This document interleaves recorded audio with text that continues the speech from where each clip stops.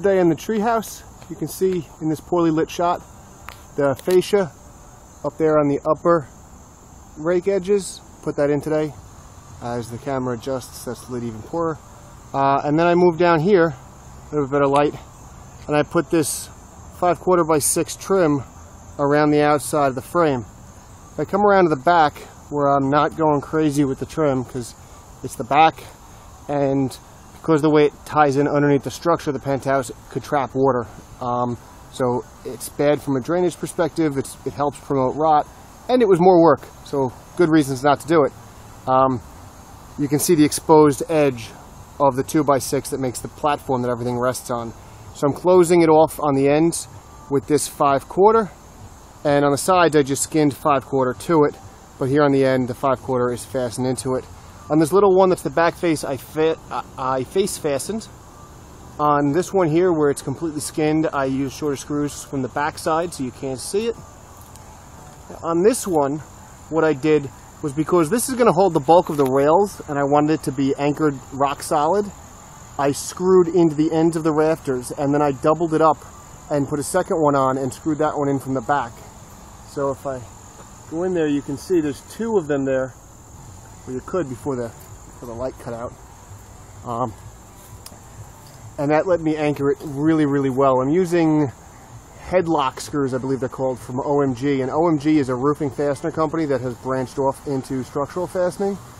We've used them at work for decades.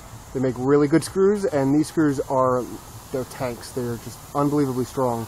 So that inside one is fastened into the rafter ends, and then this outside one is screwed through the inside one into the outside one for an edge that is very, very solid and has no exposed fasteners. And then as we wrap around the side, again, this is another back face, so I only went in the section where there's decking and face fastened that. So this puts us in good shape, and then come tomorrow, I believe I will start with the decking. I'm just doing the final touches before I start the decking. You can see here these white stripes. What that is anywhere where I have two boards laminated together, I've sealed the top edge with M1 sealant. It's a really high quality caulking we use at work. Bites to wet, damp surfaces, which is true of this CCA that's been outside forever, or ACQ rather.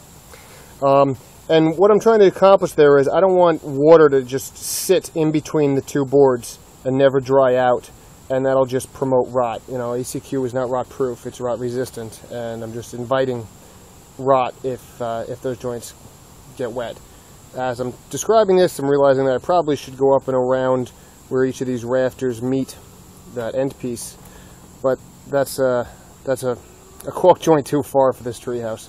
I'm just doing these long joints where they're going to hold more water and not ever dry out. And then the one other thing I had to do last minute is, as we come down here, you can see the tone of it. That middle rafter that we're looking at now is new, because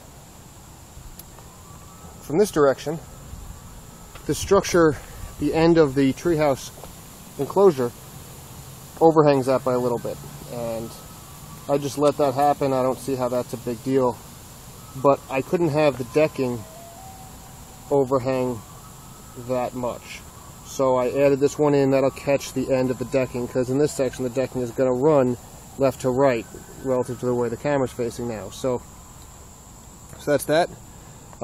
Here is the decking. It's been up here for at least a year. Nah, maybe not a year, maybe 9 months, but decking has been up here forever. So time to start installing this. The one thing I'm going to figure out as I go is that the distance here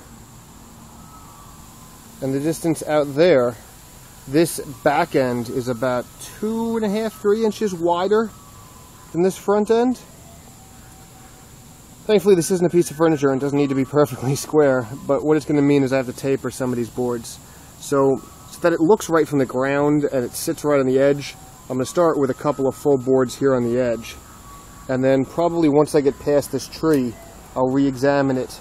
And I'm hoping I can just cheat and just taper maybe only 2 boards and get them to work in here, but I need to kind of figure that out. But once I get there, I'll have some of the decking down and it should be a little bit easier. So that's where we stand. It's time to do decking.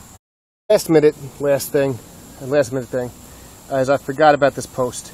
This is the back corner of the treehouse, the one that doesn't touch a tree, and this 4x4 used to extend up higher than the decking. And the plan was always just to cut it so the decking flies over it. So I just took out the whole saw, cut it purposely sloppy actually.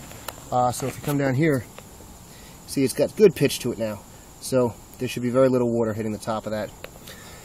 I feel like a bad roofer because I should have had something at home to seal the top of it with some waterproofing, which I don't have. So we're going to leave it be like it is.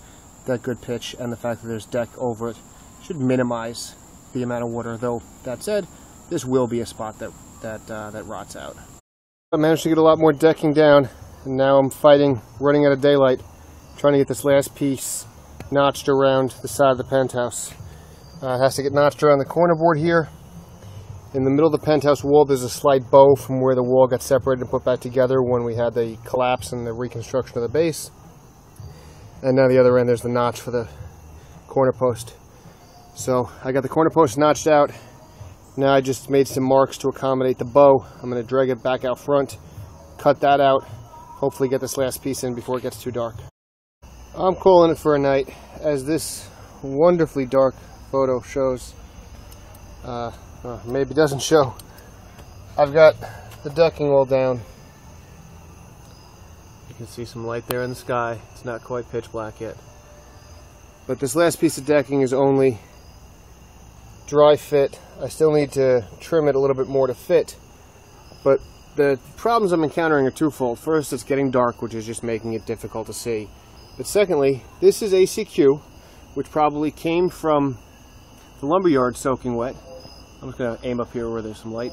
And it's been sitting outside in the yard for 9 months, so it is soaking wet.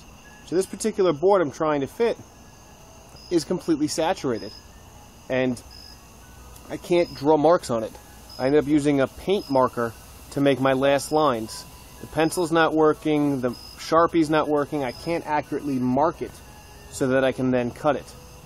It's just too wet. It's the kind of thing where you put a screw in it and water squirts out. So I've got a dry fit now, and I'm going to leave it like this overnight.